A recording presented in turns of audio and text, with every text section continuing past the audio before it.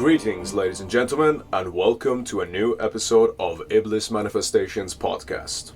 First off, before I continue with the introductions, I just wanted to say thank you all very much for the tremendous support that you have shown to the last episode of the podcast with my guest Nas Al-Kamith of Aklis and Nightbringer.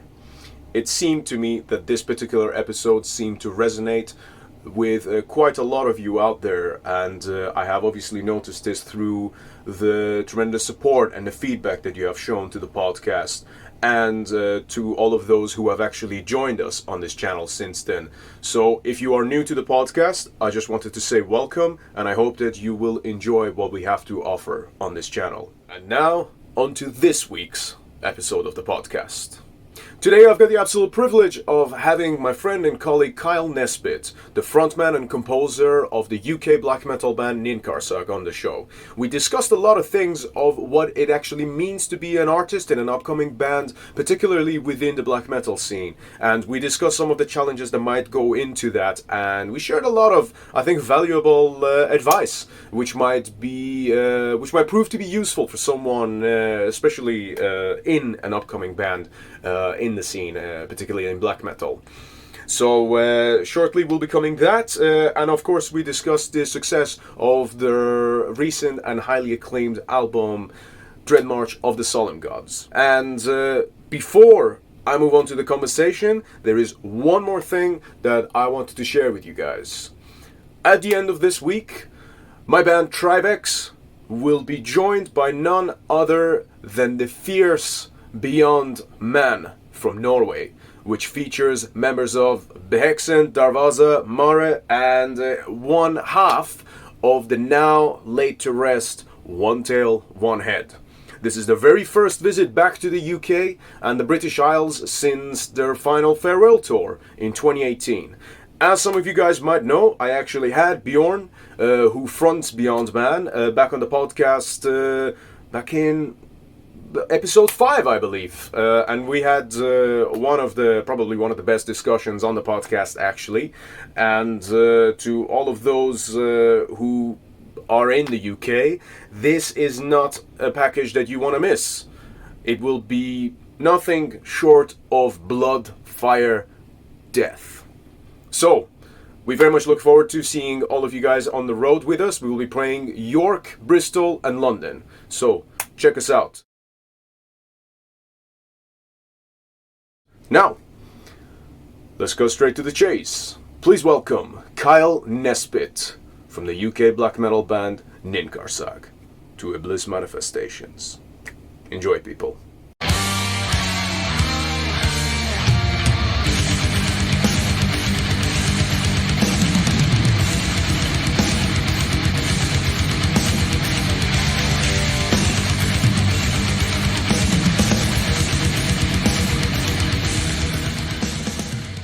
So, Kyle, how's it going, man? Welcome to the show. Thanks for having me. It's been looking forward to this. Yeah, same here, man. Actually, just before coming on here, I was at the gym. I was doing leg session, and I was fucking killing myself. And I had your first record on there, and it was cool. I think I fed off of some of the frustrations that I actually felt behind some of the riffs on there. But it was fucking great, man. I wanted to say congratulations. I mean, I know it's been a little while since it's been out, but congratulations on the success of your last record, the second album. I think it's been fucking great. I hate to use the term, but for an up and coming band, especially out of the UK scene, where it does seem a little bit more intimate and sometimes almost mafia like, I think you guys have done so well for yourself to actually break out of that, and then you've done a really good job with the record, both in terms of the actual package, but also how you're putting it out there as well, like as far as marketing and stuff like that, which I know is always the boring stuff, but I think you're handling it all really well. So I just wanted to actually open the episode by saying congratulations on the success, and how does it feel to be responsible for such a piece? Well, we're very proud. It was a long time coming, this album. We've been working on it for since even before the first album. You know, some of these songs were going back to 2010, 2011. Like we had Discipline Through Black Sorcery, which was the first single off the new album. That was written by myself in 2010, 11. And we actually played it at our first ever show in London in 2011, which is fucking weird because then it was almost a bit too complicated for us at the time. You know, the first album was quite straightforward, you know, just like bare bones black metal, but we always knew we wanted to push it, you know, in a more sort of melodic or heavy metal direction. So we sort of shelved that song for the next album. And it just took so fucking long to finally get to the next album that, you know, it's only just saw the light of day now, 10 years later. So it's just the way things work sometimes. But overall, yeah, it's been great. You know, we've worked really hard behind the scenes, and you know, as you say, a lot of the time we spend in the band is purely through fucking marketing and social media and all sorts of bollocks that you have to do these days. You've got to commit to it, haven't you? Otherwise, you know, if you want to just be an underground band and you don't care about taking it to the next level, fair play. You know, just release it and then that's it. But you know, we always thought that it has the potential to step up to that next level. We don't want to miss the opportunity, so we've just gone fucking all in on everything, really. So yeah, and you know what? 100%. I think it has paid off as well. You know, I mean, you can see that in the response, whether it's from the amount of people actually buying your fucking vinyls, which is insane, or if it's just attendance at shows, things like that. And now, obviously, you guys are actually branching out to Europe properly as well, which I know you've just had a visit out there recently to Belgium, I think. Was that correct? Denmark. Okay, close enough. But yeah, so I know that you're branching out in that way, and you know what, I really like that. You know, I don't give a shit about the style and the genre. I feel like sometimes people who are kind of like, they're like, oh, we never want this, you know, I don't want you to like listen to my music or anything like that. I feel like those kind of people, that's a form of insecurity to me, you know, at least as an artist. You know, like if I was feeling that way, I would be like, that's because I've given up on the competition. That's because I don't give a shit about what I'm doing anymore, you know. So now I'm like, oh yeah, whatever, you know, I'm just putting it out, you know. And it's almost like you don't respect what you're doing, you know, and you don't respect others for the sort of the support that they're giving you, you know. So I'm much more, and I listen, I might be wrong. I know black metal is very complicated, you know, and all that, but I feel like I much more can relate to your approach of things, you know, where I can see that you've actually, like, there's bravery in the songwriting, but then there's bravery in actually trying to branch out, you know, and actually trying to expand as a band, and not giving a shit what the limitations could be. And I relate to that both from the perspective of an artist, but also as a music listener. I think that, to me, when I see a band having that approach and taking on the thing of, right, let's fucking go out there, you know, and, you know, expand as much as we can, that to me is a lot more interesting. Obviously, as long as it's done within the context of being having integrity to your craft, which I would easily say that you guys do.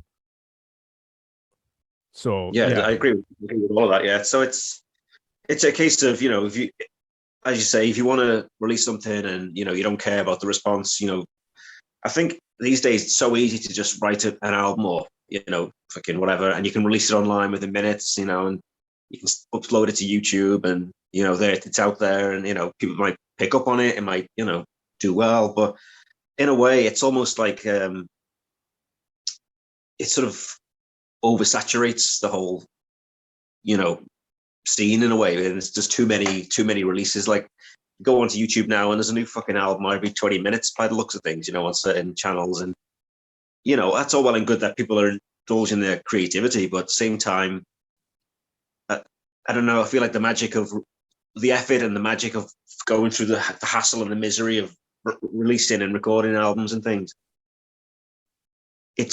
you've got to really like sweat and fucking shed blood and tears for your craft. And I think this album for us has absolutely been, you know, took us through fucking hell and back, I'll put it that way, in terms of, you know, shit that was going on behind the scenes with everybody's life. And, you know, but we got there in the end, and we're stronger than ever now. So it's just, we had to toil hard for this fucking release, and from writing the songs to just fucking getting it recorded. And then, we recorded it in 2019, in April, and it only came out in 2021. So 2 years of it being sat there, and we were unsure what was going on, where it was going to be released, and how it would even be received. It was just a big fucking gamble. But so in a way, part of us wanted it to do well, but the other part was just always had that fear of, oh, well, it could fucking tank like a lead balloon, but you've got to just put it out there eventually and see how it goes. And thankfully people responded well to it. But, for a while we just weren't really sure how it would be. But you've got to get past that and think, fuck it, it's out, it's done. And here's what it is. If you don't like it, then go listen to something else. It's that simple. You've got the choice these days to go listen to fucking whatever type of genre you want, at the drop of a hat. So like, if you don't like what we're doing, there's the fucking door, so, but thankfully it's been good. Sure, man. I mean, I think the most important thing in that is also the honesty in the craft as well. I mean, you mentioned that, and I think that's something that probably comes across quite well, at least to my ears, I would say. I mean, there's a very for anyone listening, they might already be familiar with your music, but in case they're not, I think Ninkharsag's music, to me, as far as styling goes, I would say that I mean, especially like your second record. But pretty much like any of the stuff that you've released, I would say that it's very much it's the type of black metal that is very much reminiscent to me to the debut albums of Dissection or Gorgoroth, especially. I feel like it's something that maybe could have been easily released somewhere in the mid to almost mid-late 90s. From Scandinavia, I would say, where everyone was starting to get a bit brave with the melodies, with the melodic parts and things like that. But to me, the good part of it is that it does have that certain element of honesty and authenticity to it, in the sense that, yes, it's reminiscent of those styles and sounds, but this is still you, or you guys as a band, expressing yourselves, and it does have that sense of uniqueness to it. For me, so the thing that I wanted to ask you is, obviously you've got the style and the genre seemingly pinned down, at least, although it is quite diverse, and you do branch out in a lot of different things, but the thing that I wanted to ask you is, as an artist, what is actually the thing that sort of even makes you want to do this? Because obviously you're playing this style, but there's still an element which I can recognize as an expression of emotions, as very personal stuff. I mean, especially when you've got lyrics in songs like The Tower of Perpetual Twilight. You've got No Tears Are Left to Fall. My heart is as cold as ice, which is a little bit of a Nightblood reference, Dissection, and and that kind of stuff. So what does this exactly mean to you personally, to be projecting in this way, and how does black metal actually help you as a person, as an artist, to project your own feelings and emotions into this music? Well, it's, as you say, it's very personal. This album in particular, I really wanted to explore a more sort of honest approach to lyric writing, and yeah, I guess it was just a case of really wanting to sort of open up, because I have all sorts of like anxieties about my own worth or things like that, where you think, shit, fucking, I can't. Everything I do is fucking rubbish. No matter how many bands I've been in over the years, you always have that self-doubt where you think, right, okay, no one's gonna like this. It's just gonna fucking bomb, and that would be that. But I thought for this album, it was the polar opposite. I wanted to write something that was sort of like almost spiritually uplifting to me, where I listen to it and no matter what is put in my path, I will always overcome it. Because after, writing such lyrics where I'm being completely honest with myself, there's nothing else that could possibly stand in my way or frighten me in any way, shape or form. It's like, I wanted to write something that was like completely empowering to the listener, without it being a sort of too obvious. You know, I didn't want to just write like fucking self-help lyrics or anything like that, but I feel like there's an element to that where you put it on and you feel like, right, I'm going to fucking conquer. I'm going to conquer the day. I'm going to conquer my fucking fear. I'm going to conquer everything. And as you say, that's if that's seeping through into what people are hearing when they're listening to the music, then I feel like that's a job well done. But for me, yeah, it's always about that power, self-empowerment, and just trying to fucking never self-doubt ever again, really, and you know, keep fucking pushing forward and you know, getting through life in a way that makes you feel like you don't have to fucking bend the knee to anybody. You know, you're completely in control of your own destiny. And to me, that was exactly what this whole genre is about. And it always has been since, you know, I've been listening to 20 odd years. For me, it's always been about overcoming any problems you might be having. And, you know, it's aloof from the day-to-day life. Black metal shouldn't be anything to do with the modern world or anything to do with, you know, your day-to-day life. But if you can use it in a way to overcome the bullshit that's going on in your life, then I feel like you're listening to it for the right reasons. Some people listen to it because they think it, you know, it's fucking cool, or, you know, it's like edgy or whatever, some bullshit. But for me, you know, it's always been something more profound and deeper than that. And for this album, I really wanted to look into that and be honest with myself and untap as much of that power as I could. So, yeah, I feel like I've put my heart on my sleeve with these lyrics. So it's, you know, it was quite personal to open up, but I'm glad I did. And yeah, it's made me a better person for doing it. So was that. I'm 100% with you, man. You know, I mean, that's fucking great, because that's exactly what I also see this genre as. I mean, obviously, you know my personal story about this anyway, but to me, it's very much the path of liberation. And the older I'm getting, I see it not just path of liberation from the world, but actually from yourself, you know, because that's where a lot of the shit can stem from as well. This is it. You know, you have that self-doubt about your own worth, your own, you know, like I said, you could be working on, you know, a new song or a new band or whatever, and you think, fuck this, like, you're excited for it, but at the same time you think, you know, you do doubt yourself every step of the way. You know, I think every artist will, and have done since the dawn of time. It's just the way it is. I don't think anybody's completely like 100% certain that everything they do is fucking amazing, but you've got to just get past it and just fucking go with it and go with the flow and just enjoy what you're doing and the art that you're creating and just be honest with yourself. And I think that when you're honest with yourself, that's when all the fucking good music flows and, you know, the ideas come rather than trying to force something just to fit in or whatever. You know, it's just, I just felt like for this album, we really needs to be honest with ourselves and me personally as well, and try and get as much of my own personal fucking issues out the way. So I'm like, you know, ready to conquer. So yeah, it's been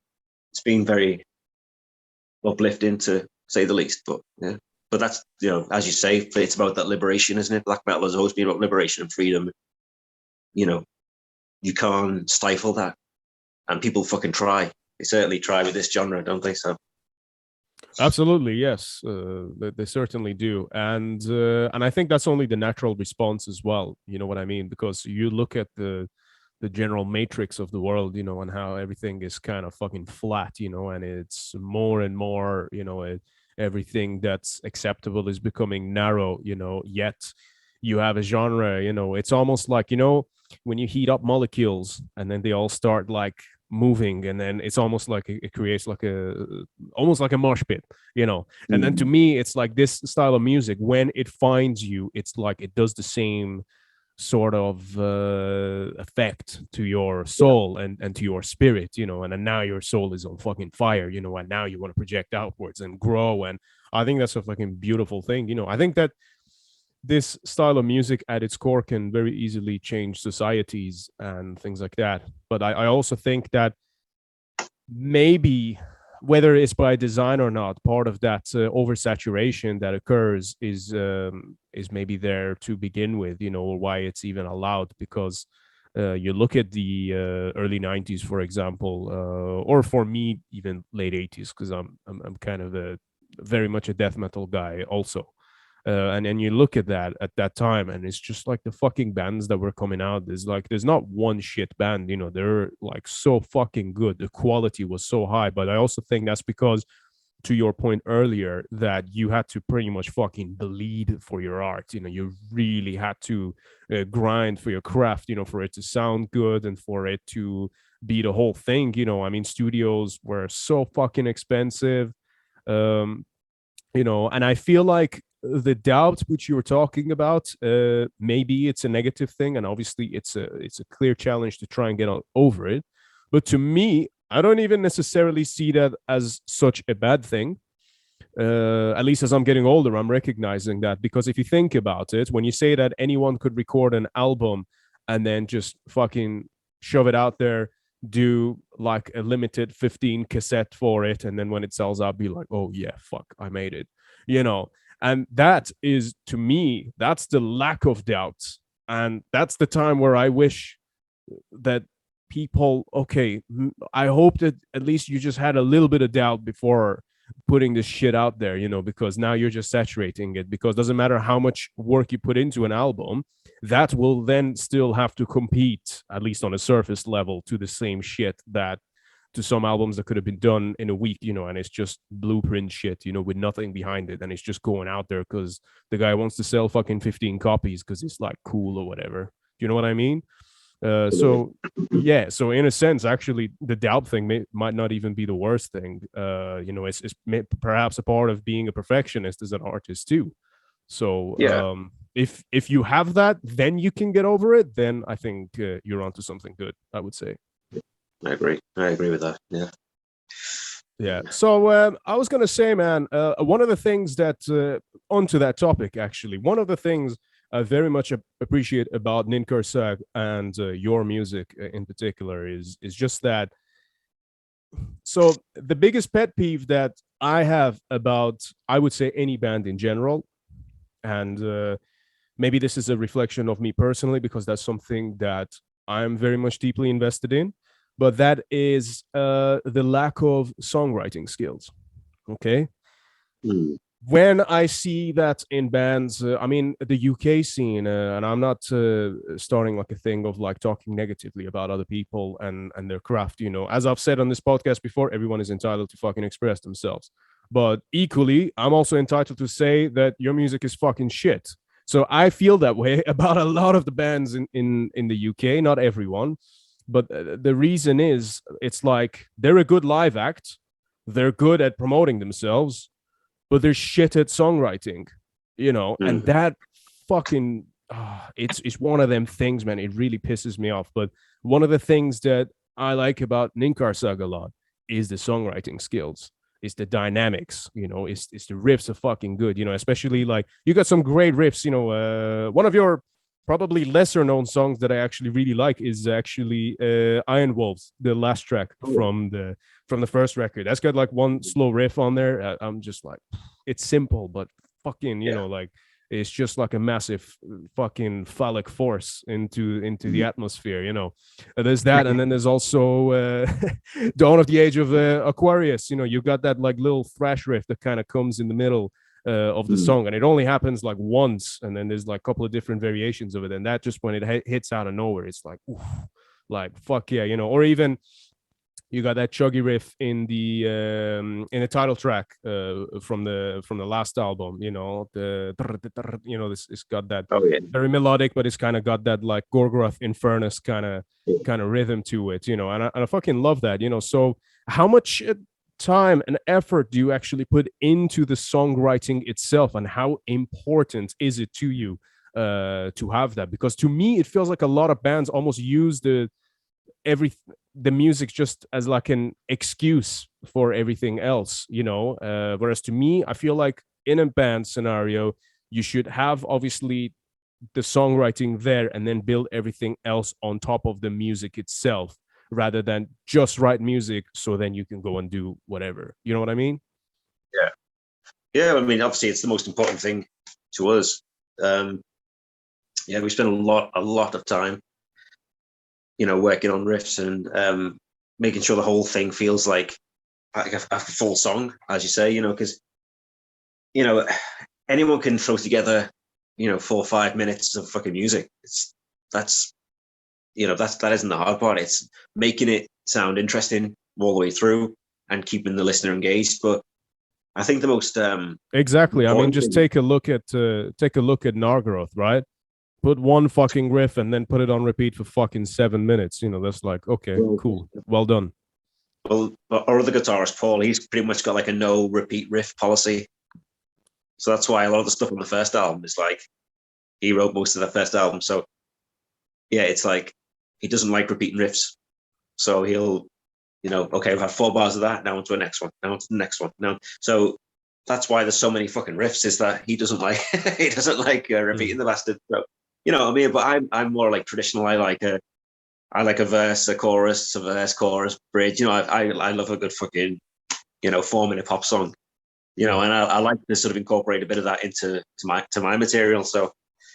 Well, I like it when something comes back. You know what I mean? Yeah. Like you get used to hearing something and it sounds cool, and then you get taken on a bit of a journey, and then the riff fucking comes back, and it's like, oh yeah, there's the one. That's the way you should do it, because it's a shame to wait to riff on fucking 4 bars, isn't it, and then move on to something else. And it's more impactful if you have that repeated melody, I think, as well in certain songs. Some songs don't need it, but for certain things, like for Discipline Through Black Sorcery, for example, that was always designed to be like a very snappy, melodic song where it repeats the chorus a couple of times, and the verse riffs, just quite draws you in, and so I wanted to try and make it not like progressive, but there's still a lot of riffs in that fucking song, and they don't really repeat themselves that often. But I still wanted to have it the same sort of theme running through it from the get-go, so it was like the riffs might change, but it's all from the same hymn sheets in a way. So.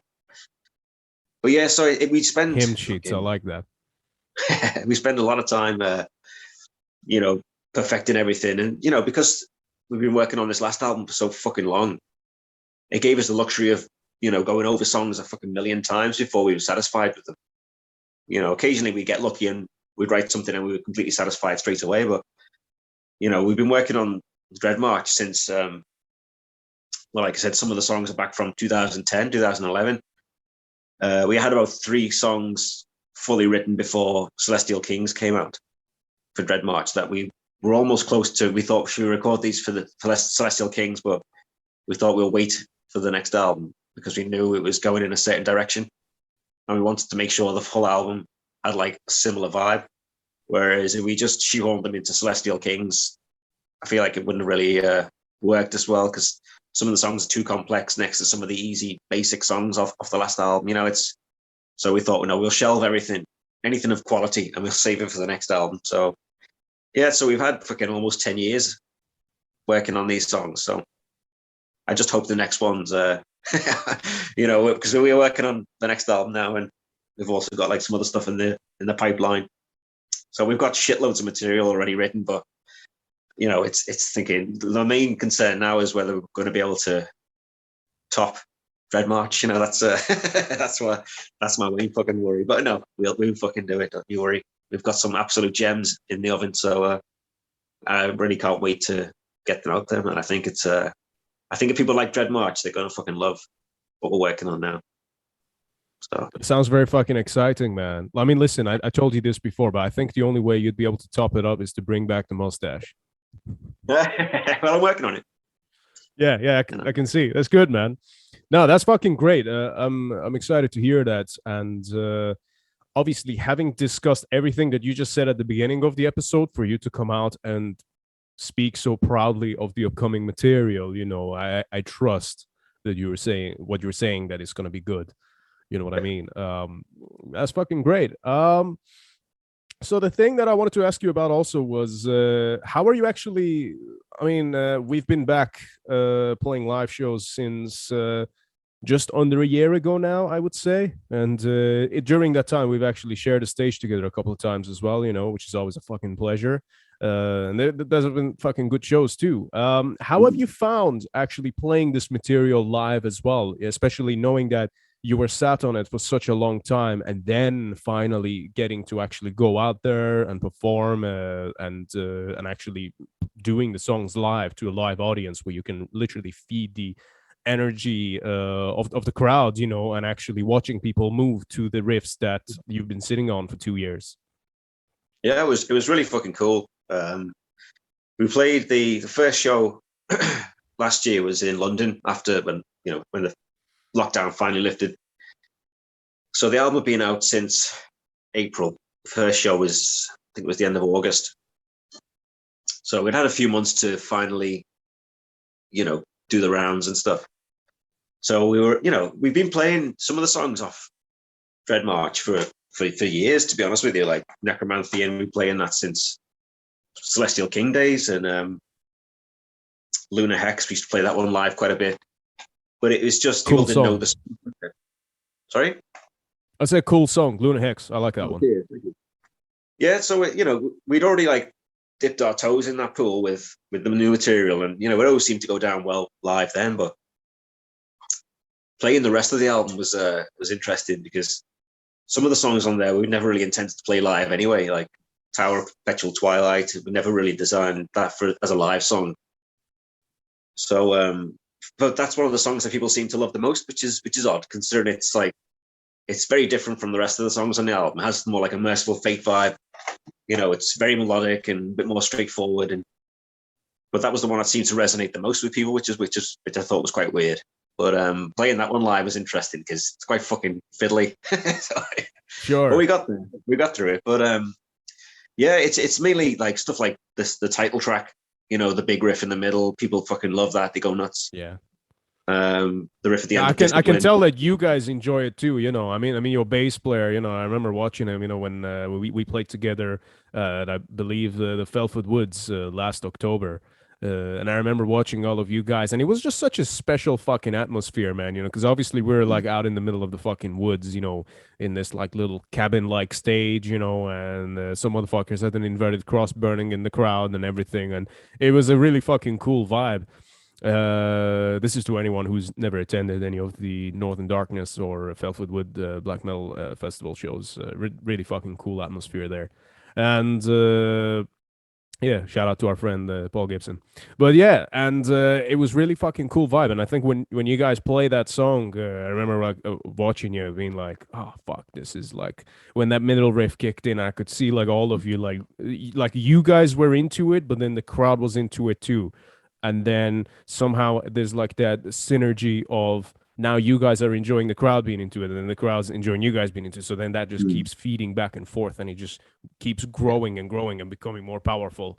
And that's the fucking magic of what I like about this music, And I bet, I know how rewarding it is when you can actually come up with a part and then execute it as a band perfectly when it creates that kind of an effect almost every time you play it live. So I can only imagine that must have felt great actually being in the center of it in a sense. Yeah, man, it was really, really surreal, I suppose, because we've been playing live for a long time, but there's moments like that where it fucking just blows you away. After all these years, you still get that. Fuck, this is why we do it. Because it's when people respond so fucking passionately to something you've written, it's. Especially when you're living with fucking some sort of like self-doubt or anxiety about what you play, and when people respond to it like that, you think, fuck, this is worth any fear or doubt. This is worth all the hard work behind the scenes. This was fucking worth the blood, sweat, and the tears just to have that connection with the crowd.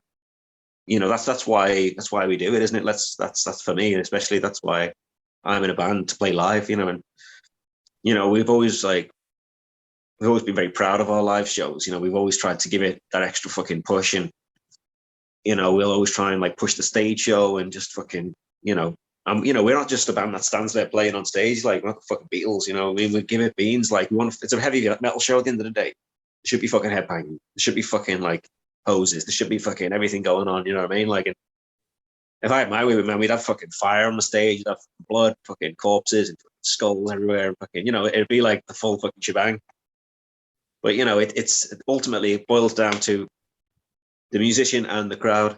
If you've got that connection, then that's all you fucking need, isn't it? You can be playing with like fucking most basic setup in the world, but if the crowd respond well to what you do, then you're doing a good fucking job, I think. 100%, man. I mean, to me, that is exactly what it is about. I would much rather watch a band take on the Motorhead or the Niflheim approach to the live situation than Yeah. go there in their fucking sleeping robes and all of their house furniture, and be like, oh, this is some really cold ritual. Wow. And that can, I really, there's only one call to fire. Okay. That I can, that's just about as much as I'm going to be like, okay, yeah, this is a cool band. I still like these guys. But anything further beyond that is just like, fuck off. I mean, that's the most like, oversaturated thing now, isn't it? Fucking guys in dressing gowns on stage, like, I know. It's like, what the fuck is that all about? You know what I mean? It's like, it's almost like, in a sense, I feel like I get it because it's leaving room to the imagination of the audience members. But I feel like as someone who's watching the show, I always feel like I want to be proven something. You know what I mean? Yeah. I want to be proven that you fucking mean what you're doing. And if you're stood there on your fucking Ibanez 7 string, and not moving your ass, and burning like 0 calories doing a show, then that's just not for me. You know what I mean? If other people appreciate it, then that's fine. By all means, like I said, everyone's entitled to express themselves. But in my opinion, I'm also entitled to tell them to fuck off. Well, this is it, man. A lot of those bands, they reveal themselves their true colors when you see them off stage and they're wearing a pair of fucking like Nike shorts and like yeah. Oh, wow. it's like, I mean, some bands can come on stage in shorts. I'm not into that thing, but some bands can come on stage in shorts and they can absolutely kick everyone's asses. You know what I mean? Yeah. So it's not exempt from that. But to me, this is the thing, right? What I like is there's a lot of times during a show where shit can go wrong. Okay.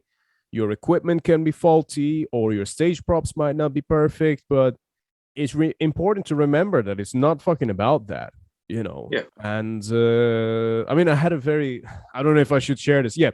A few years ago, I believe when Watain were playing in London, and I was speaking to Eric Danielson before the show, and he was saying to me that, oh man, we're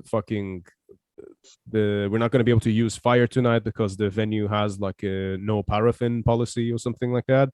I hope they don't mind me sharing this, but and then I said to him, I was just like, yeah, man, that's cool, but the real fire is in here.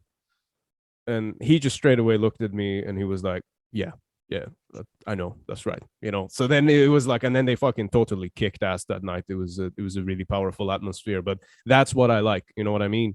When there is all of these things going on, it can add so much to a show. Whether it's from production value or whether it's from spiritual value or whether it's just from. I mean, I know with fire, just the heat alone, the impact that it can have on you mentally when you're experiencing it whilst performing a show, whilst going through all the adrenaline and all the everything, and then to have extra heat there appearing during certain moments, that does something up here. It's very powerful. However, it is always about the connection, first and foremost within the band, and secondly between the band and the audience. I think that's always what it comes down to. That's why, like I said to you, I'm much more a fan of the school of the Motorhead style of shows, or Niflheim or Destroyer 666, those kind of bands, which is just like sheer fucking fierceness live, than having to fucking stand there and playing your instrument and looking up. It's like, you know what I mean? Well, yeah, that's the way we've always approached it as well. We don't do corpse paint or fucking robes and shit. So for us, it's like, well, we've got to put on a fucking show. We haven't got the fucking image to fall back on, like a lot of black metal bands where they can stand there doing fucking the most basic stuff, but they've got enough corpse paint on to fucking take the heat off the shit music that they're playing. So for us, like, we've got to fucking be that band that gives it beans. We can't just stand there. Like, the riffs that we're playing, could you imagine me just fucking standing there playing like some of those riffs? Like, I couldn't contain myself. I could not simply, like, even in practice, man, I'm fucking headbanging fucking all the way through a set. You know what I mean? It's like you say, if you're not burning calories when you're playing this fucking genre, you're doing it wrong. Fucking hell, like, we'll come out of our practice room and we're fucking dripping. The walls are wet with fucking sweat. You know what I mean? Our amps are soaked and fucking, by the end of the the practice set. You can barely even fucking play the strings because they're so wet, and for me, that's what it's all about. It should be a fucking release. It's about escapism. It's about escaping your day-to-day fucking bullshit life and getting out there and playing the fucking music in a way that it's supposed to be played, man. And, when I'm on stage, that's like the fucking ultimate high. You can't ask for anything more, can you? It's like, there's nothing you can do that could ever top that, taking all the fucking drugs in the world, but there's nothing that will ever beat that high of playing live, ever. It's the 100%. Fucking great. 100%. It's one of them things, man. You either know or you don't. You know what I mean? And you know what is funny, actually? On that topic, I kind of actually feel sorry for the bands and the people who play this music, especially the ones who play exactly, the same genre as we play, yet they've never felt that, And I remember talking to someone backstage at this show in Birmingham. I mean, this is a while ago, and I'm pretty sure that the fucking lead singer from that band was a pedophile anyway. But I was talking to them, and the guy was like, I was like, oh man, I've really fucked my neck up or whatever. And then he was like, I mean, they were like musically, they were like a lot lighter than us as well. So I don't know what the fuck was his beef, but he was like, oh, headbanging's for children anyway. Like that, I was like, like fuck off, cunt, what are you talking about? It's like, is your music that shit that you want to fucking stand there like you got a fucking broomstick up your ass, then you shouldn't probably be fucking playing it and get off the stage. So yeah, it's one of them. I agree that it's like if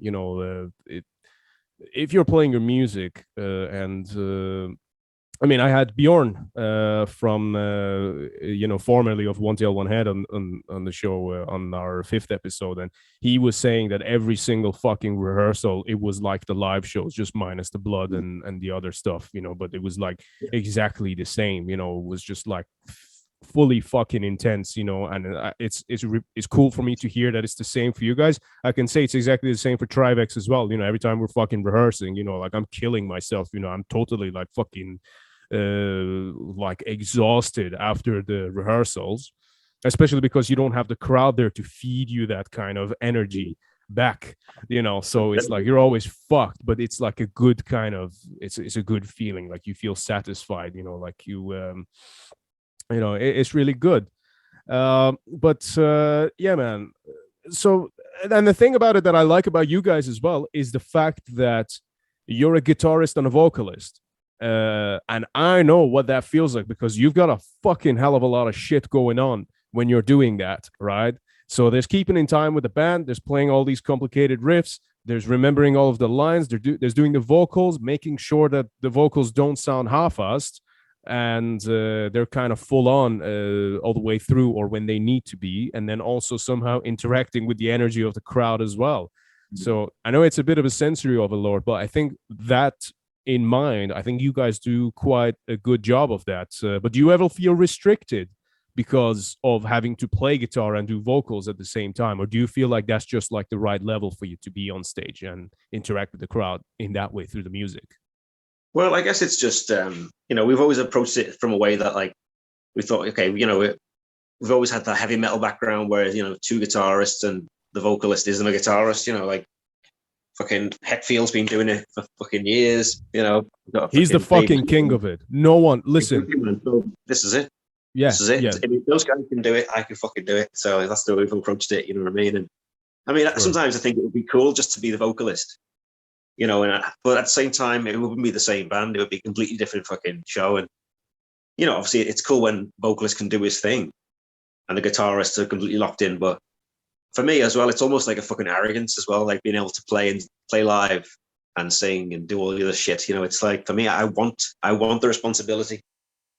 I need it. I thrive off the pressure in a way, because it's like you say, it's fucking hard work.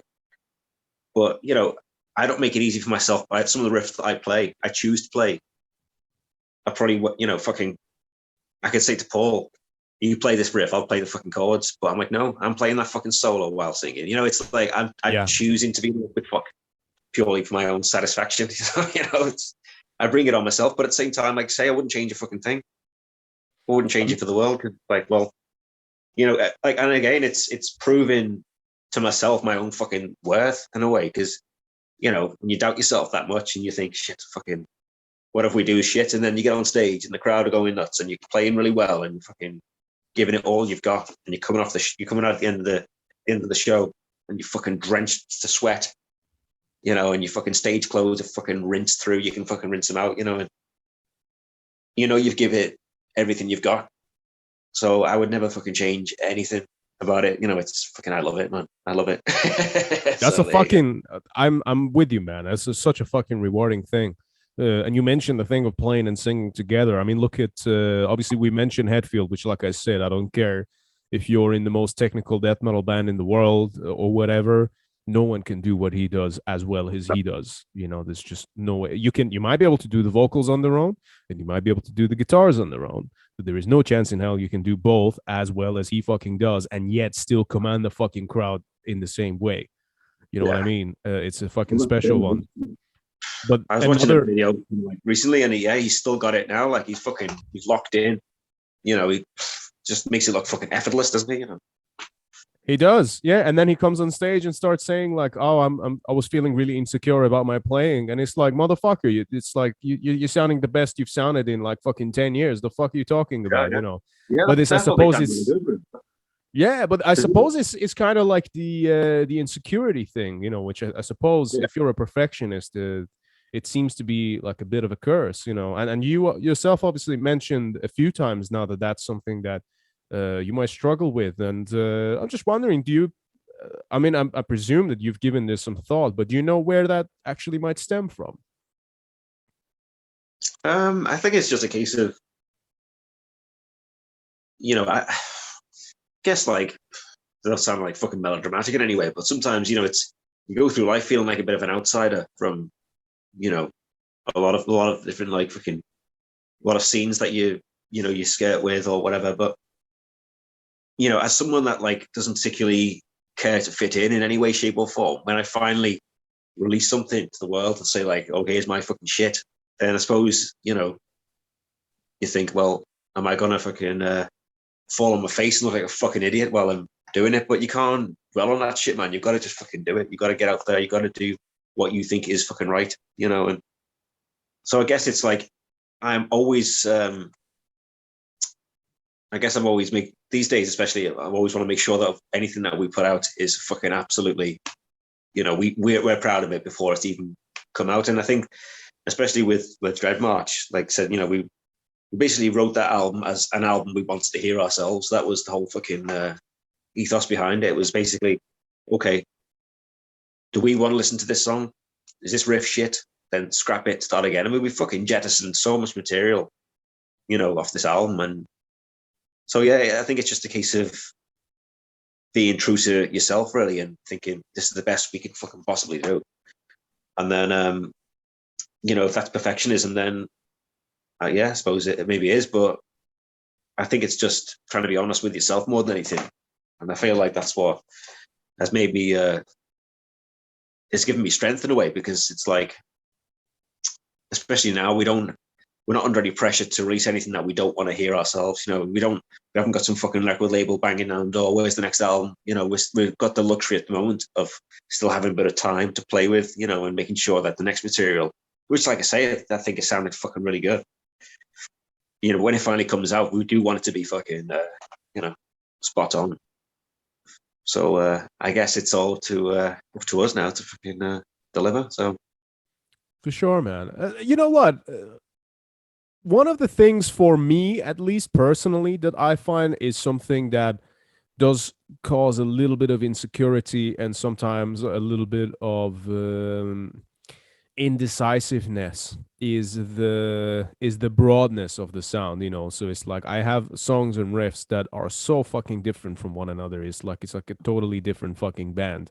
And especially when you're the main person who's actually in charge of the songwriting of a band or any project, that responsibility definitely feels a little bit heavier.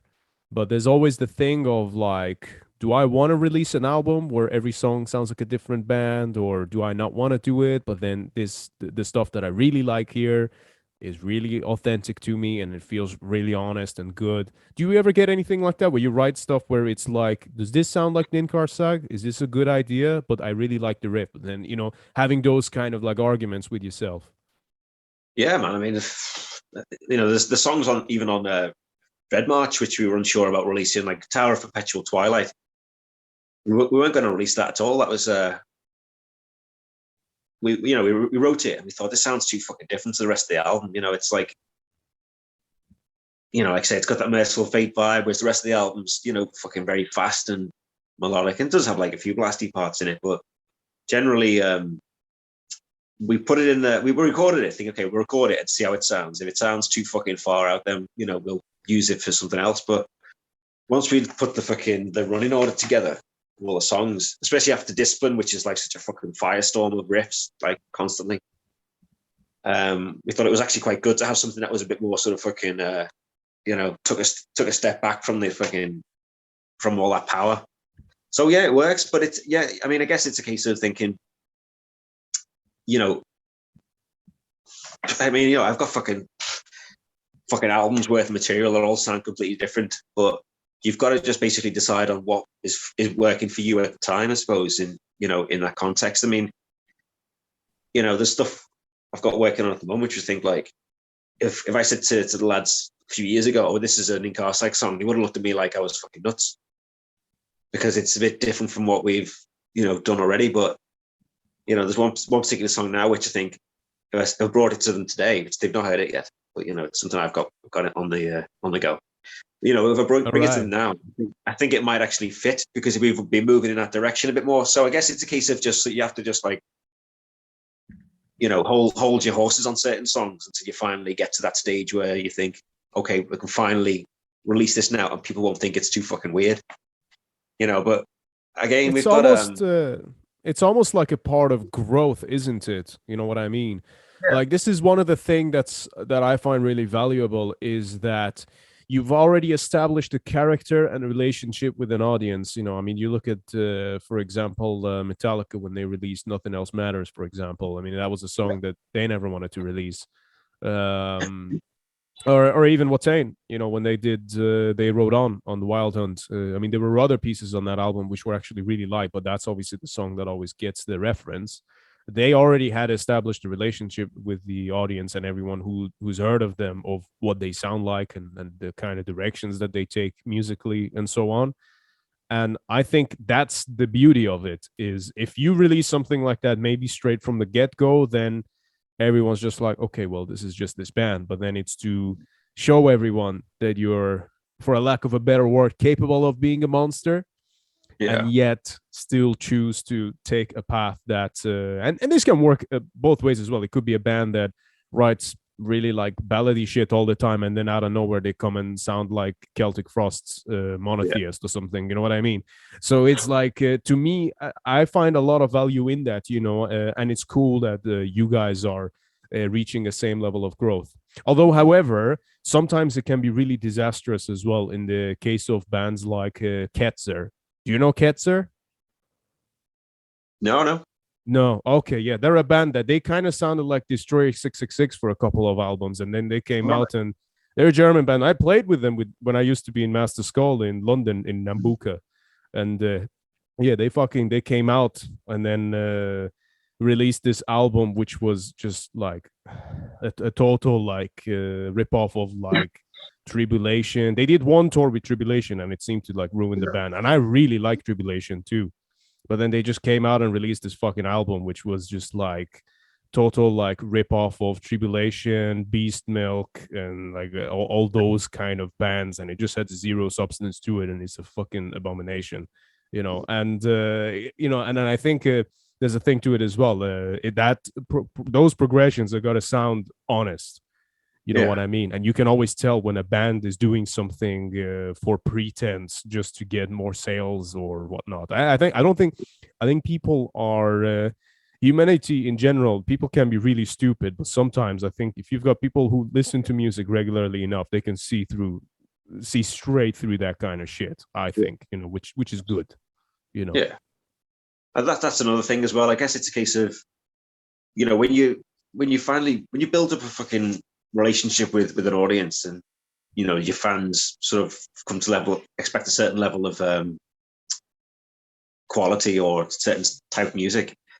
When you go completely left field and release something that's completely fucking different, I feel you're sort of you're doing them a disservice in a way.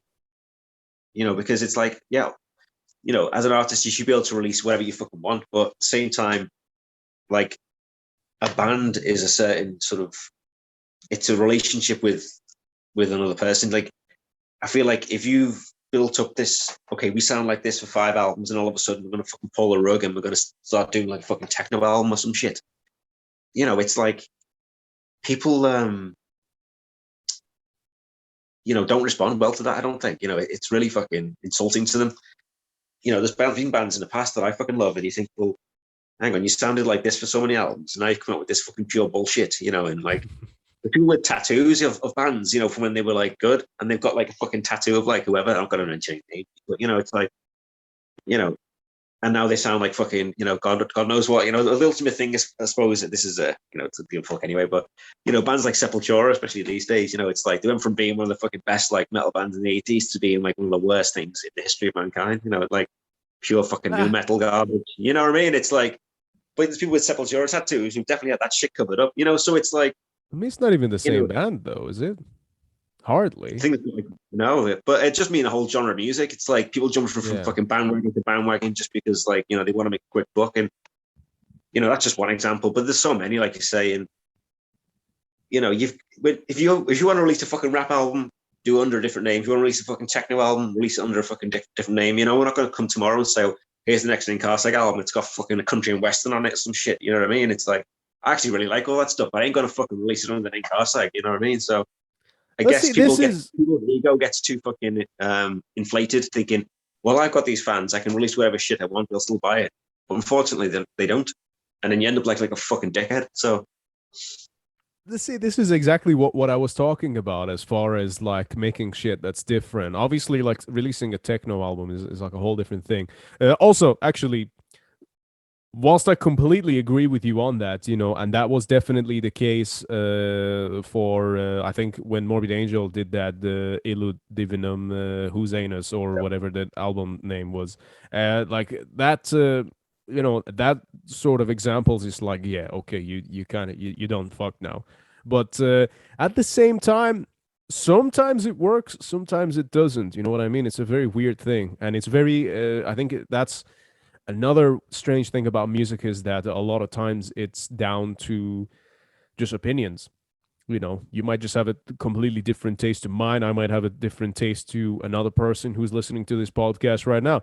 I mean, I'm going to go out on a fucking limb here, but one of the perfect examples of what you just made there would probably be Ulver.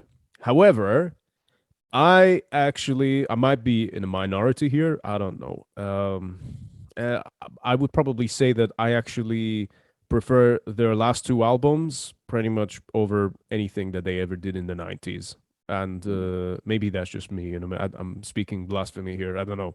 But to me, their pop albums sound way fucking better because it's just, to me, it sounds like they probably enjoyed making them more themselves. You know what I'm saying?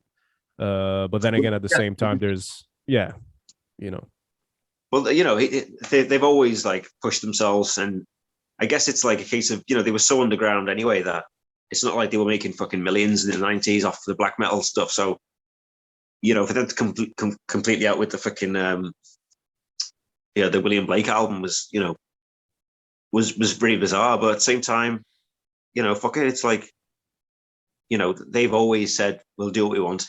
Fucking, they came out wearing suits and shit during fucking the third album, didn't they? The photo shoots for that, the fucking harsh black metal album in the world. And then all of a sudden, like, they're standing around in 3-piece suits with a fucking Mercedes or whatever, So it's like, they've always been taking the piss anyway. So, bands like that, like experimental bands, then that's fair play. But it's more when a band's like, with thrash metal bands, but next album's gonna have fucking like, rap metal on there and shit. Like, that's when, I lose a lot of respect for people when they fucking jump too far into like, make it like, if you're doing something that's not going to make you any money and it's purely experimental, then fucking fair play. But if it's just like, we're jumping on the bandwagon to make some fucking extra cash, then Yeah. You know, Another really good example of that is, are you familiar with the Dutch technical death metal band? I believe Invocator. Have you heard of them? no, I don't really listen to much Um, death metal. oh man, listen, this is for anyone listening to this, right? I mean, like I said, I'm a bit of a fucking death thrash metal nerd from like late 80s to like early 90s. There's some fucking golden stuff in that era. And one of the bands is this band called the Invocator. I think their debut album was released in 1991. It's got like a weird, gooey, like light blue cover on the album, and holy fuck, it's one of the tightest like thrash or death metal records you'll ever hear. It and this you got to think this is analog, and it sounds so fucking good, and no one knows about this album until now. Hopefully, when you guys go check it out, but fucking that's such a powerful album. And then I went and checked out what they released after that, and I was so bitterly disappointed, because it was like, oh no, you literally went from being one of the most technical, most badass fucking bands ever to a band that's just writing shit that is like they're trying to appeal to people. And what's funny about it is that normally, as soon as bands take those kind of directions, then they kind of dissolve anyway. You know what I mean? It's like, I don't know. Yeah, I do, I suppose, to some extent, actually understand that school of things, and I feel the same maybe with the Satyricon as well. You know what I mean? It's fine. Like I said, I've said this in an interview before to someone. I'm not sure why they were asking me this question, but I said that like it's all well and fine if an artist wants to expand and do different shit, but it's also my right not to like it. You know what I mean? So it's one of them things. Yeah, but that's why I suppose as an artist it's important to remain honest, but also have that take it or leave it kind of attitude anyway. Yeah, well, that's it. I mean, we've spent this long trying to fucking build this band to what it is. We ain't gonna fucking do it a disservice by not following through. And obviously we can't just keep releasing the same fucking album forever, but at the same time, so long as it's true to who we are and what people sort of at least expect us to do, then I know you shouldn't be tied to that, but at the same time I think, well, I don't want to fucking I don't want to tarnish the legacy of this band, whatever future legacy may be. I don't want to tarnish it with like, oh yeah, that's when you went through the bullshit phase where you had 2 albums of fucking like Opeth these days, man. I love early Opeth, like, and you've watching them since the fucking 90s, and now it's like he's gone so far up his own fucking ass with like, his old prog love that like the beauty of the original material is like gone down the pan. It's like, people say like, oh, he didn't want to play death metal forever, but it's like, well, the stuff he's playing now, man, there's better fucking prog albums from like the 60s and 70s that have been sitting on your dad's shelf all these years. You know what I mean? Like, I don't need someone else's interpretation of it now. And I don't know, it's stuff like that. It's like, obviously you have the right to do whatever the fuck you want, but it doesn't mean I'm going to respect you for it or like it. You know what I mean? And I'll be bitter and I'll moan about it till the end of time. When a band like fucking, does that stuff. So I don't want to be that guy. I don't want to be the guy to fucking think, oh, I used to love Ninkharsag, but now they're fucking shit because, they've got like too much fucking bullshit going on. We're not going to come up with a fucking symphonic black metal album or some crap like that. It's like, we're going to be true to ourselves to the fucking bitter end, but we don't want to, we don't want to devalue people's respect for us, which, has been fucking hard won. So, I mean, you know what? One of the really funny examples of that, I mean, music is objective, isn't it? It's like anything, and you can reach any kind of different mindsets through music, because you've got all the different tools of different artists and different bands that you've got access to. And different albums within each band that might have their own certain styles and moods.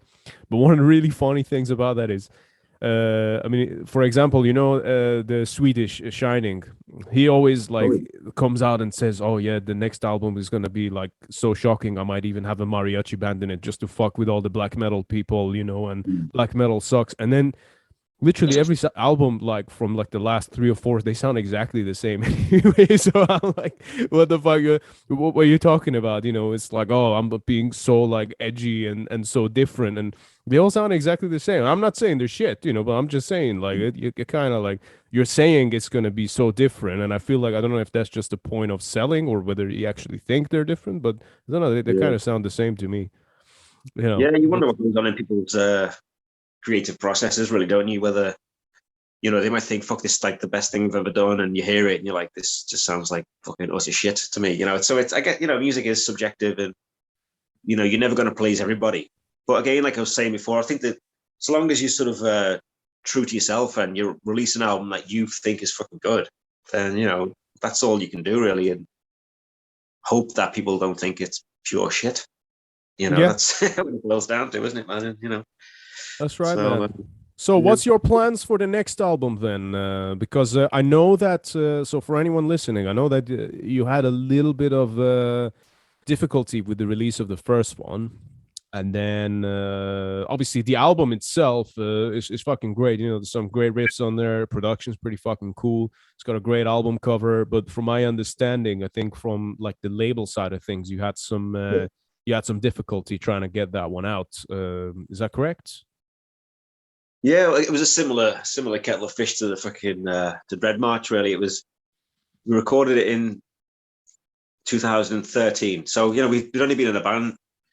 Well, it was started in 2009, but became like a full band in 2011 when I joined. Wow. Bass player joined. Exactly the same as Trivax then. That's quite interesting, man. Right. I didn't know that. Yeah, so basically it was, or the guitarist Paul, he had a load of riffs and stuff and started putting them into songs.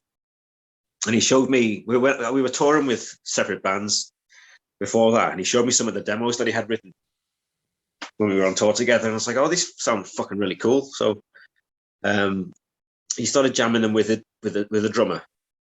And yeah, I had like quite a few, I had some material of my own on the go.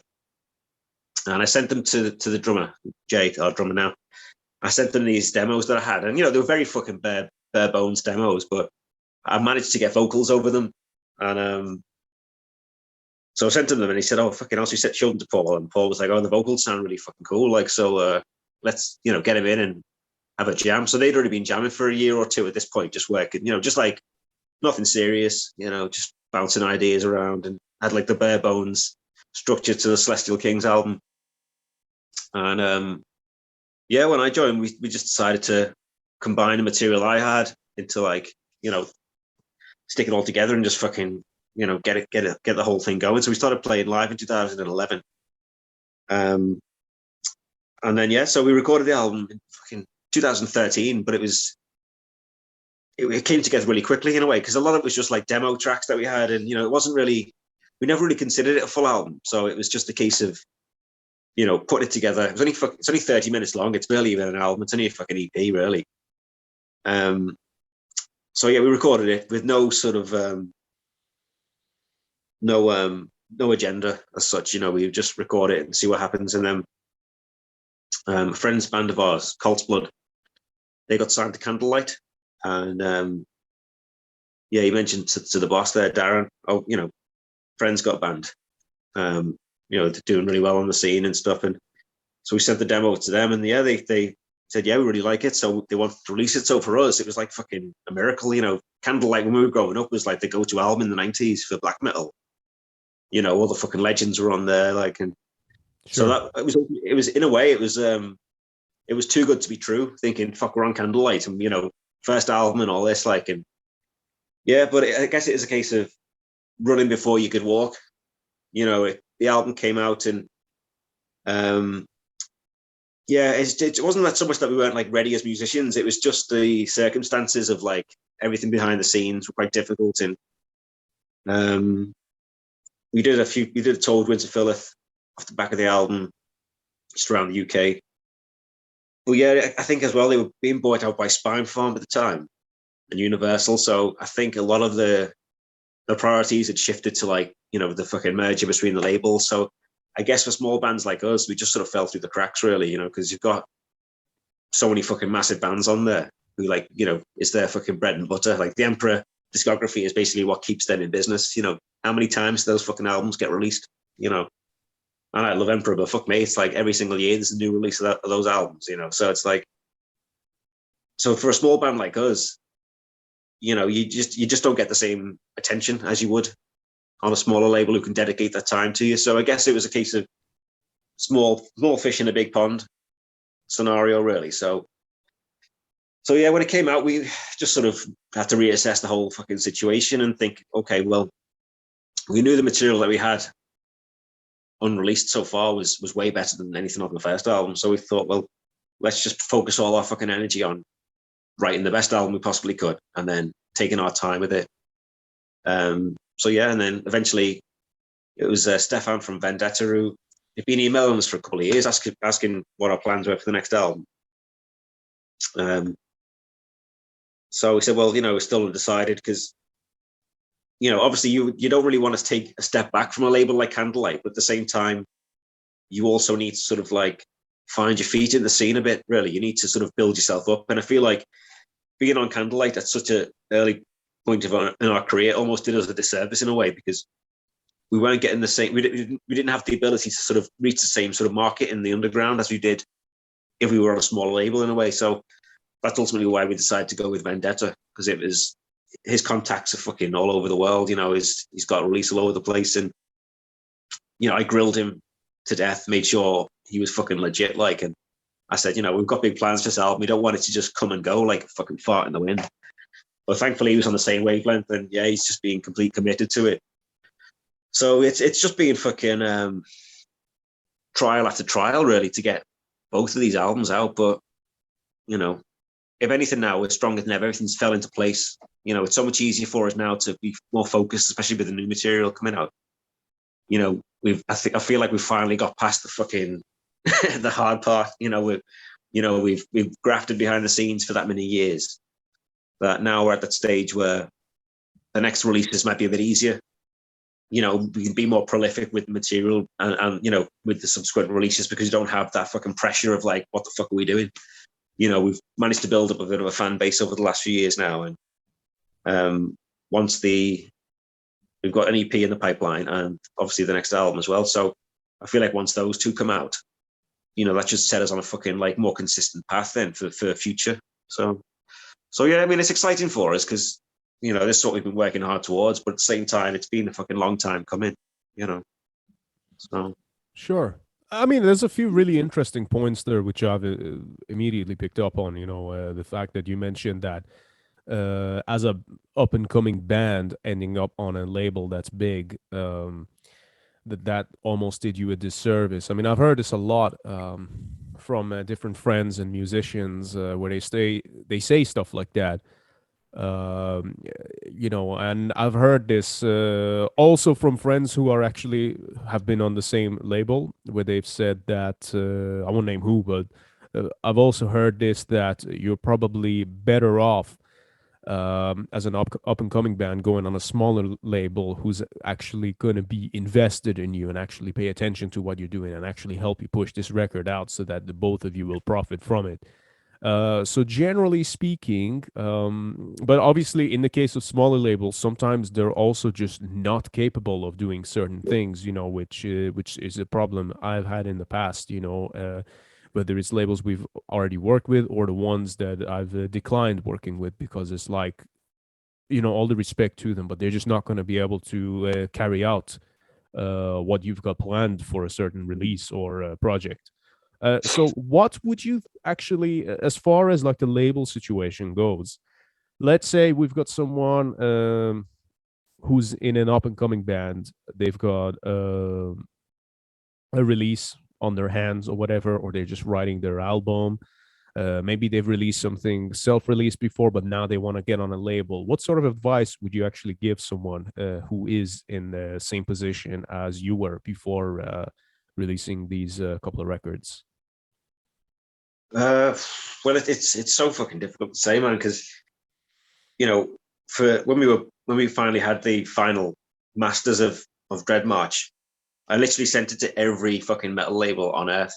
Like, you know, I sent it to every single fucking one, and only a few got back to me. And some of the fucking some of the deals they were offering were just like fucking bizarre. You know, they weren't offering us any money for the album. They just would give us like a cut of the royalties, but they own the fucking rights to it and all this shit. And I was like, man, I can fucking release it myself in 2 minutes. Like, I don't need you fucking, to waste my time by giving us a fucking peanuts worth of the money.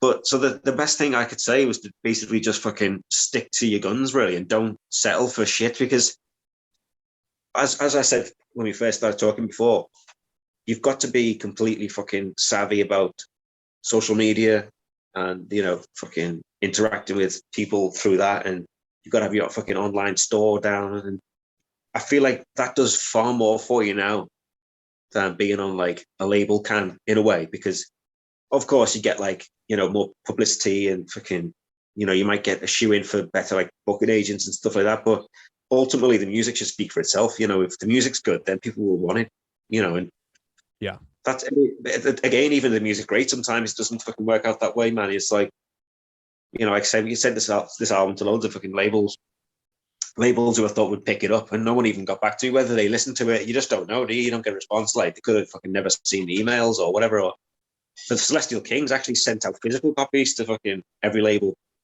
mailed them all out. Like, we made some like fucking we had some proper promo CDs made. Yeah. Album, sent it to every fucking label. Didn't hear fuck all back off any of them. So you just don't know whether people are actually going to fucking listen to anything, and that's the hard part, man. It's like you put all your faith in the quality of your material, and you don't know whether anyone's ever going to fucking hear it. So, we got lucky in a way that we were basically headhunted by Stefan from Vendetta. Every fucking other week he was emailing me like, what's happening with the album? When's it coming out? I can hear, he's like, he didn't fucking let up. So I thought if he's that eager to have it, he must clearly want to do a good job releasing it, so that was ultimately why I went with him. But, we got lucky. But again, it's just fucking, you've just got to be tenacious and fucking stick at it like a hawk, man. You've got to fucking stay on the labels because, like you said before, the scene is so oversaturated now. You don't know whether you will ever get a fucking look in. But ultimately as well, it's who you know in this scene, isn't it? In music, like, it's basically whose fucking arsehole have you got your tongue firmly planted up? Because that's what it boils down to, I'm afraid. There's a lot of that shit going on that, so.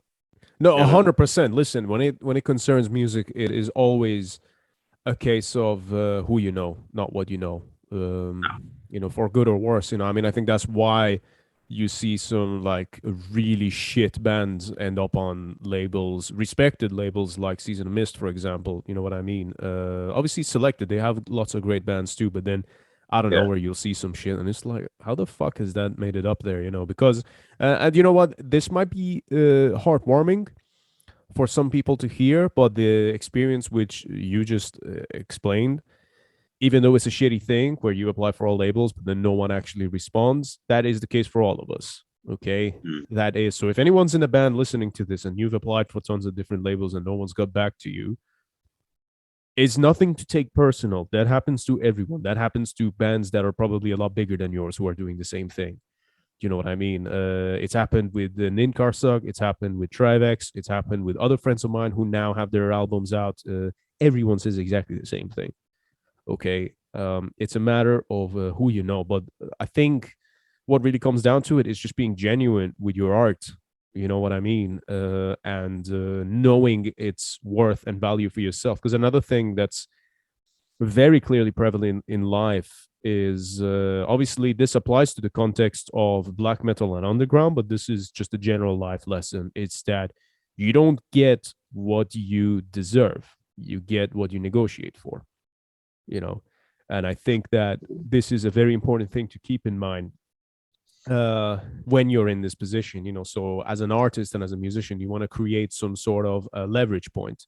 So to Kyle's point, what you want to do is actually create a solid foundation through your gigs, through the music that you make, through touring, through playing shows, through your web store, through your social media presence, all of that stuff. And the last thing that's going to help you in that situation is to be a black metal edgelord. and go online and stop swearing at festivals like, oh, why are we not playing this show? Fuck you guys, haven't we done enough? And so on and so on. That's the kind of thing you clearly want to avoid doing, even if you feel that way. And rather, what I would recommend is to channel the negative feelings that you might have, and the insecurities and all of that, into the music and just making yourself better. Wouldn't you agree, Kyle? Absolutely. You can't rely on anybody else to do it for you, man. You've got to just fucking do everything yourself to the best of your abilities, and eventually people will finally take notice. It just takes a fucking long time, especially in a scene this oversaturated and this fucking notoriously difficult to like navigate. You've got to just fucking stick to your own guns, man, and fucking do as much as you can yourself. Because that's one thing I've learned, is that you don't want to rely on anybody else, because they will never fucking do it for you, as you have just recently found out. Yes. That's fucking right. Yeah. Well, not even recently, man. My whole fucking life at this point. But that's good. I think it's good to know it. So, I think that's a great point, and I hope that people will learn something positive from our fucking long-lasting misery of being in a band sometimes. My ultimate advice would be to just not fucking bother. Yeah. Well, that's just not in our system, is it? Fuck that. That's the problem. Yeah, man. That's what makes it worthwhile, actually, is overcoming that adversary, internal and external, and still bringing that shit out and fucking projecting it out into the world and saying, fuck you all. I know none of you wanted this, but fuck you. Have it anyway. I'm out, and there's a real beauty to that, which I think unless you do this thing, I don't think you'll really get it. So, yeah. And I do everything quite backwards in life. Well, most things, and that includes my style of interviews here. So I do everything the wrong way around. So I want to kind of round things a little bit by actually asking you of. Obviously, we've talked about all of this, and Ninkharsag's position in music, and the style, but also your approach. And now I want to maybe shift things back to the point of what actually triggered this in you to actually want to perform this music. In other words, what were your first impressions of black metal or heavy metal in general that actually made you want to go down this path? Well, I guess it's very similar to most people. Discovered, Metallica and Guns N' Roses and stuff like that in the early '90s, and yeah, just thought it was fucking the coolest thing I'd ever seen in my life to that point, and I still do. It's like, it's such a big fuck you to everything. It's like such a, it's not a mainstream genre.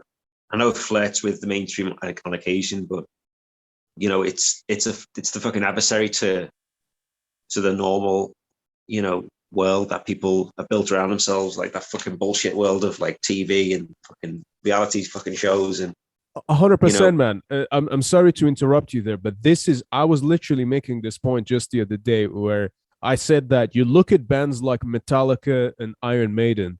Yes, they might be considered mainstream, but they're not. The mainstream has to coexist with them purely because of the amount of support and the effect that they have actually had on the world, the music world, and culture. And people in general. So I think that's actually a very fair point, and I always, when people say like, oh, Metallica are mainstream, it's kind of like, to an extent, yeah, but how much really? Radio, apart from like a fucking heavy metal station or whatever, they're just not on. You don't fucking put on Radio 1 and listen to Metallica, do you? Apart from like, heavy metal show in the night or whatever. But it's generally, they're just not on the radio all the time. And I think that's what people forget, that they managed to, especially Iron Maiden, they've got this like gargantuan fan base around the world. Yeah. It's a cultural fucking phenomenon, isn't it? Those bands, and they have like no radio play whatsoever. Or, they're not fucking on MTV all the time. Not that I don't even know if MTV exists anymore. That's out the loop I am. But, it's like, they're not shoved down your throats, like, but they're massive. And it just goes to show that, you don't need to fucking fit in to be successful in whatever, genre you're working with. You can just fucking, do what you need to do And if people don't like it, then fuck it. But for me, it's always about the adversary, the big fucking middle finger to the rest of the world, because the rest of the world can go fucking burn, as far as I'm concerned. It's just total shit. most of it, isn't it? Let's be honest. Day-to-day reality, 99% of it is just absolute garbage. So I'm not going to argue with that. Exactly. So it's purely about, it's just about having that fucking freedom. So but when I first, discovered bands like Metallica and Guns N' Roses, Megadeth and Iron Maiden, you start looking for other bands, and that's where you discover Bathory and King Diamond and black metal and things like that, and you think, fuck, this is me now. I suppose as well for me, I love the whole sort of medieval aspect of heavy metal. I love the fucking leather and the studs and swords and fantasy, all that stuff. So like, I guess seeing bands like playing this fucking cool genre of music and dressed like fucking, like they just fucking wandered out of like fucking a fantasy novel in fucking, studs and leather is like fucking awesome, So were you into like Emperor's Lost and Curse of Reverence music video and stuff like that? Well, that was my next point. That was the first ever black metal song I ever heard, actually. Oh wow! Yeah. It was on fucking VH1 on the rock show on Friday night. It used to be. Tommy Vance, he's dead now, sadly, but he was really cool, like DJ in like, the rock world.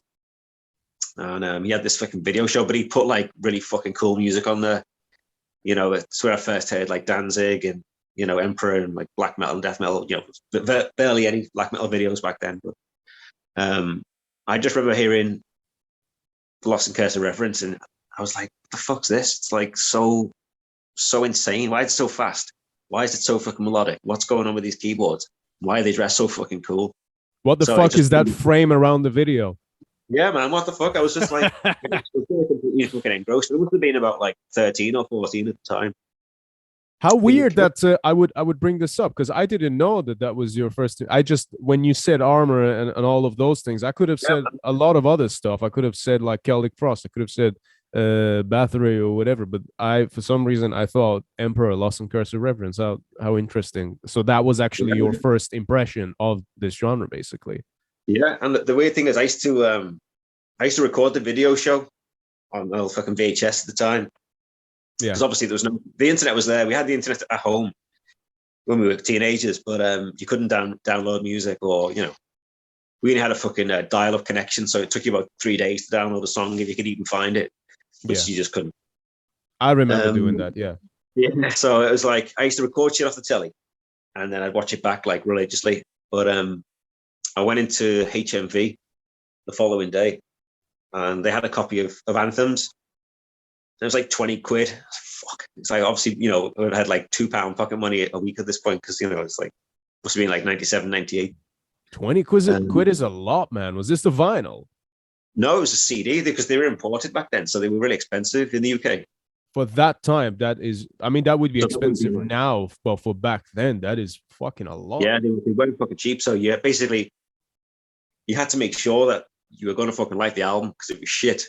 You have to take it back, but So man, I saved up for a few weeks, saved up as much fucking money as I could, and then I finally got a copy, and fuck me, it just like blew my mind. I was just like, I'd never, as like an impressionable teenager who was just obsessed with like fucking horror movies and entry level heavy metal up to this point, and then hearing something like that was just completely fucking blew my fucking lid. So even to this day, it's still one of the most it's one of my favorite albums. So, but yeah, I guess it's just, I always hold that as such a high standard that I think like, how can anyone ever fucking beat this album? It's just, some people don't even like it. It's just a funny thing. And people say, I prefer Nightside, and, which is fair play, but I love them both. But I guess the first black metal album you're ever exposed to is the one that will always stick with you. And for me, that was Anthems. So I guess, especially with Dread March, we've always tried to get that element of melody in there, very sort of technical with a lot of like counter harmonies and stuff like that. And so it's funny when people say like we don't have any Emperor. Some people say like, I don't hear any Emperor in this, and I'm like, mate, I'm fucking telling you now, there's a lot of Emperor. There's a lot of fucking Emperor going on in these songs. I was I can certainly hear more Emperor in your second record than I can hear in the first one. I mean, there's like a couple of parts. I can't pinpoint exactly where, but I could certainly hear that. I mean, you even used the same artist for the front cover, didn't you? No, we just got it. We just it was an Indonesian lad. Oh, We did okay. the new. Oh, it's just a similar style then. For some reason, in my mind, I thought you had used the same artist or something. Similar sort of style. Yeah, just gone for the blue and white classic approach. Yeah. Like, but we've always said we wanted to do a blue and white cover. It's the ultimate black metal hue, isn't it? So yeah, man. Yeah, I mean, I think the next album will do something a bit different because I guess we were getting a bit too many dissection references, which is cool, but at the same time, it definitely wasn't really like intentional as such. But I can see why people, automatically go to that. Like, but yeah, but it's a compliment in a way because it's fucking, awesome band. So listen, I'll put up with the dissection reference any day of the week, man. Fucking yeah, I'm saying so. like I got to see them live. Thank fuck. There we go. you can see that Timo Kettela's design. I mean, that was for the last record, but still, man, fucking dissection. Yeah, you can't beat that shit. I mean, I even said to you, with the line, "My heart is cold as ice," with on the Tower of the Perpetual Twilight. That's kind of like, but that's cool. I think that's great. Because it's like those little like homages here and there. I think are great. And I much rather a band doing their own thing and then throwing the odd little reference here and there, as opposed to, I mean, one of the bands that really like, I mean, I'm throwing a lot of digs on this episode. I don't know fucking what's up with me today, but one of the bands that really like fucking gets on my tits is Thulkandra, because they just have this whole thing of like being like a dissection blueprint. And I have a problem with that because it's like Dissection weren't the band that they were because of what fucking guitar scales they used or what sort of aesthetic they used on the album. They were the band that they were because of particularly Jon's intent behind the music itself and the way they approached doing their music and the emotional depth that was behind it, as well as some of the ideology and things like that, and the fire that they had in the music. And I feel like, to me, the guitar scales and the drum patterns and all of those things, that was just a medium for the important stuff to come through. So when I see a band like Thulkandra doing like copy and paste of what that was, and then regarding that as what was good about it, is really fucking annoying to me, because to me it's like, can you not see what this is actually about? Can you not see where the real value of this fucking music is, rather than the fucking like the little like the surface of it, basically? Like, it goes so much deeper to me, and as far as I'm concerned, I would actually say that, again, most of my friends would probably disagree, but maybe I need new friends, but Ring Chaos was the pinnacle of that, as far as I'm concerned, of that exact same thing that made the first and the second one good. But I feel like a lot of people don't see that, and that, but going back to the original point, I think that's a lot more exciting when there's the little homages here and there, rather than just making a band that's like copy and paste to that style and then people regarding it as some kind of like fucking replacement. To me, that's like replacing a fucking medium rare fillet steak with a fucking Big Mac. You know what I mean? Like, you can fuck off. It's just not the same. No, but I guess that's, ultimately what it boils down to is that people don't really, people like yourself and myself, who look at bands in a more sort of spiritual way. We don't just see it as music, we see it as like a fucking way of life, and yeah, some people, they just want to listen to music, and I get that. They don't want to have to deal with any of the sort of like awkwardness around someone's like particular ideology, or, in the methods to achieve what they've had to what they finally released.